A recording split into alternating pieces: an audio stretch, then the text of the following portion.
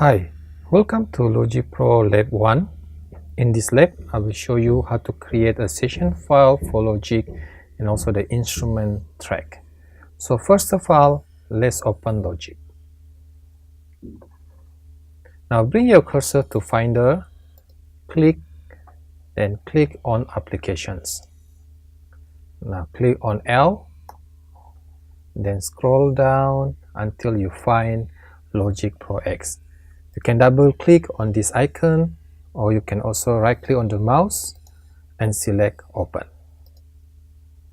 Now we can close this Finder.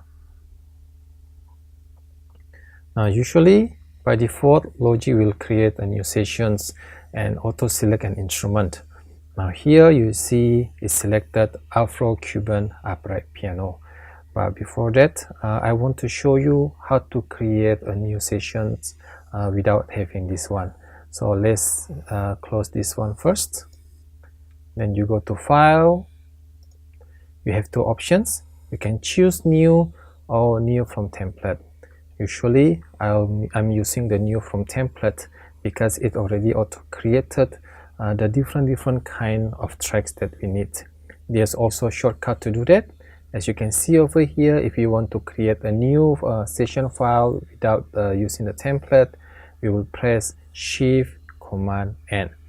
However, if you want to do a new session from template, then you will press Command N. So there are two options. You can click here or you can press Command N. Now this is the window of the template. So you can choose either you want to create a hip-hop session, electronic session, songwriter session, multi-track sessions, or empty project. Usually we will be working most of the time on the empty project. So once it's already selected, you select on Choose. Now Logic will show a page where you can decide what type of tracks you want to create. There's a software instrument, audio, drummer, external MIDI, guitar or bass. Now for our lab, most of the time we will be using software instrument. For the instruments itself, you don't need to change, just select the default patch. Now for the output, you will keep it as output 1+2 so you can listen to the left and right channels. The number of tracks, you can start with 1, and this track can always be added or deleted later on. Now I'm gonna show it how to do it. For now, we just keep it as 1. After it's ready, you select on Create. Now this is how it looks like after you create a track. As I mentioned previously, Logic will auto-select an instrument. However, this instrument may not be your preference, and if you want to choose another instrument, you can bring the cursor here at the bottom. You see there's a bar. You click, you hold, and push to the right, to the left.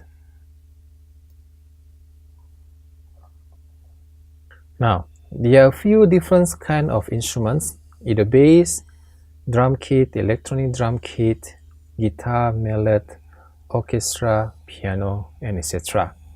Now let's say I want to select a piano sound. Then there are different types of piano sound. There's a bossa nova, grand piano and strings, grand piano with pad, and etc. Now let's say I want to select bossa nova grand piano. So I click here, then Logic will load the sound. Now once it's ready, you can try to play. However, before that, you need to press the button R, which stands for Record Enable. So I click here, then you will see the R button becomes red. Now when I press the keyboard by right, you should be hearing some sound.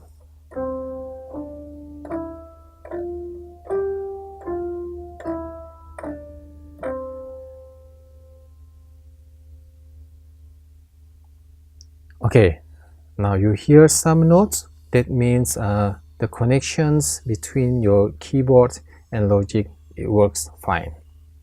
Now let's say I want to record some notes. This is not a requirement because for your Logic Lab 1, what you have to do is to just create a session file. However, if you want to go further, you can try to record some performances. You can record any song you want, or you can just simply press any note. Now, to record your performance, you need to click on the record button.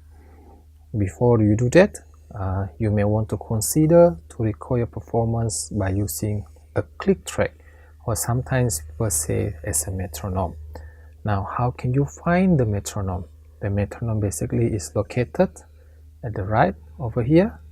Now, when I click here, I press and hold a bit, you can see there's a new page appears. So it can be in the simple mode, click while recording, only during count in, click while playing. Now I can go to the metronome settings. So this is how it looks like. Most of the time I will not be touching this setting because it's already good as is, so I will just leave it there. Now let me click on the metronome, then we are ready to play with the metronome. Now let me explain a little bit on this screen. You see over here, this is basically to determine the position of the playhead, which is basically the bar. And then beside the bar, there's also the beat. Beside the beat, there's also the divisions, and finally there's a tick. Now to change the tempo, you can see over here it says 120 BPM. There are two ways to change the tempo. You can press and hold it and drag down or push it up. Another way is you can double click, and then you can type the tempo you want. For example, I want to record on 80, so I just type 80 and press enter. Then it's auto set the tempo to 80 BPM. Now for the C major key, basically this is to determine the chords that you are pressing, and to change the time signature, you can also change the value here by double click and decide whether you want to record in 2/4, 3/4 or 4/4. Now for now, no need to change anything on these sections. So let's start to record some music.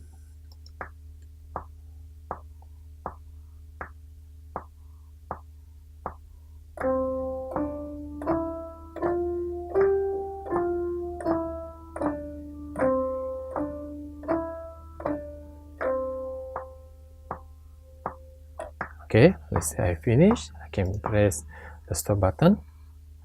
If I double click here, then I can see the notes that I have played. I can adjust the view, so I can have either more area over here or more area over here.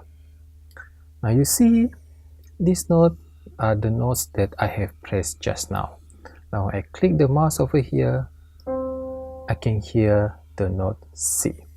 You can see also when you put the mouse here, it will show that actually you are pressing the C3 with a velocity of 94.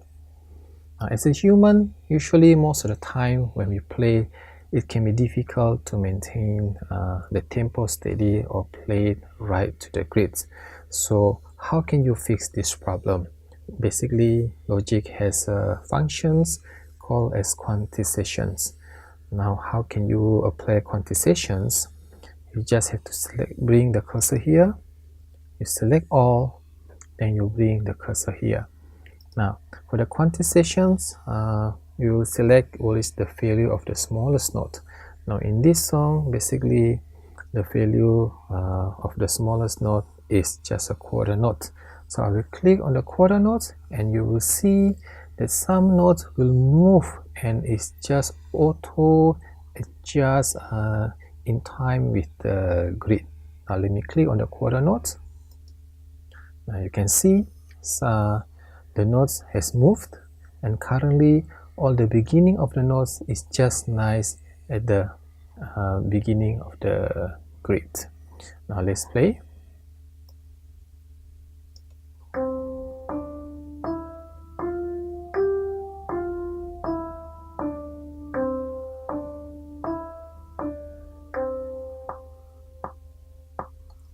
You can hear that all notes has been performed very well right on the beat. Now sometimes maybe you made a mistake and then you want to edit the note. In the past, when the musicians was recording, when they made a mistake, they have to record everything from the beginning. But thank you to the technology, today we don't need to do that, because we can just simply change the note or add the note or even change the durations. Now for example, like this note, maybe I think the duration is a little bit too long. I want to make it shorter. How can I do it? I just bring my cursor here. When I bring the cursor to the end of the note, I can just make it shorter. Now you see, when I move this one, all the other notes are following. Why? Because the rest of the notes are currently selected. So I don't want to do that. So what am I gonna do is, I will just put it back again. I click here, I just click on this note. So that means I want to change only this note. So I make it shorter. And let's play again from here.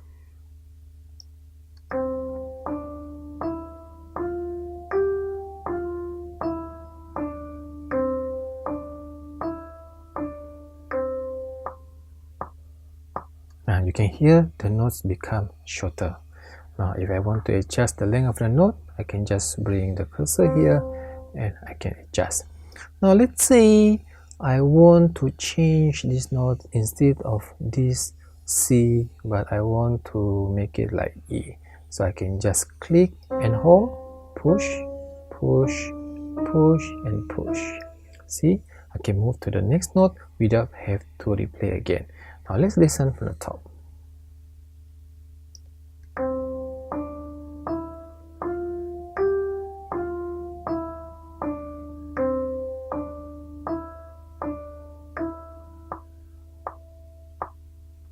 Okay, it's great. So I don't really have to replay anymore. I can just move the note. I can make the note value shorter. I can make the notes value longer. Okay, so this is the power of Logic Pro X. Now let's say I'm quite satisfied with this, then I want to save the sessions. So what am I going to do is, I go to File, click on File, and then I will select Save As. Now a shortcut for the Save As is Shift Apple S, or this one also we can call as a Shift Command S. Now when you click the Shift Command S or Save As, it will show you the window of the save window. Now it's important that you remember where you are going to save your file, so you know where to get it later on when you need to upload to mail. Now let's say I want to record this on the desktop. Let me click on desktop. Then I will type Logic Lab 1. Now because I will be having a lot of Logic Lab 1 sessions, that's why it's important that you type your full name. If let's say you are working in pair, you will type your full name and your partner full name. However, if you work as an individual, then you will just type your full name. So in here, I'm gonna type my full name. Now once you finish, you can take a look on the next sections. You see at the bottom it says organize my project as a package or folder. Now I will just leave it as a package because Logic, when it's selected as a package, is gonna be automatically compress everything, become one file. You don't need to worry that you may be missing one file or something missing or whatsoever. Now this compressed file is the one that you are going to upload it to mail. Now if you decided to save it as a folder, now Logic will separate between the session file and also the audio folder. Now it may be confusing, especially when you upload it to mail, because if you forget to attach the audio folder, then when I open the file, I will be having like some missing file. So I will recommend to just keep it as a package because it is easier and a lot faster. Now the copy the following files into your projects. There's nothing really you need to do, so just leave it as is. Then the next thing you need to press is save. Now once you already click on the save, by right this file has been saved, but how do you know whether it is saved or not? Now over here you can see it says Logic Lab 1 and Jemi Sitanayah dash tracks. Now when you first time save this file, it will show like this. However, along the way you may be like keep working continuously, and when you are working continuously, it's important that you regularly save your file, because you never know, suddenly if let's say the electric is off, then you didn't save, or suddenly your computer crash and you forget to save, so you may lose all the data.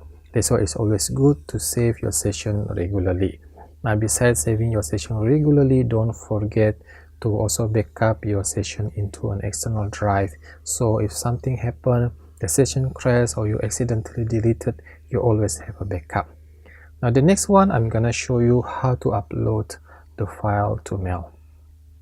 Now over here we go to the browser. I'll be using Safari browser.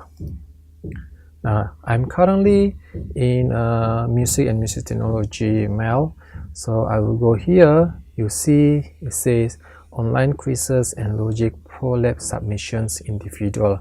Now remember, although you are working in pair, you still have to submit your Logic Pro Lab individually. So next I will click on this button. Now you are currently in online quizzes and Logic Pro Lab submission in the bracket individual page. Now I will click on Logic 1 submission setting up. Now once you click, you will be going to the next page. Then the next thing you need to do is browse my computer. Now remember, you must know where you save the file, so you know where to attach it later on. Now I remember my file was saved in desktop. Then I will see this file. When I click, it shows Logic Lab 1 Jemi Sitanayah. So I will choose this file. Once you already finished, you can see over here that the file has been attached. Now remember, once you click on the submit button, there's no way that you can resubmit again. So it's always good that you check first, make sure everything is correct before you click on the submit button. Now I can see here is Logic Lab 1 Jemi Sitanayah.logicx.zip. So this is already correct. Now the next thing I'm going to do is to click on the submit button. Okay, that's all for our Logic Lab 1. So give a try and let me know if you have any question. Thank you.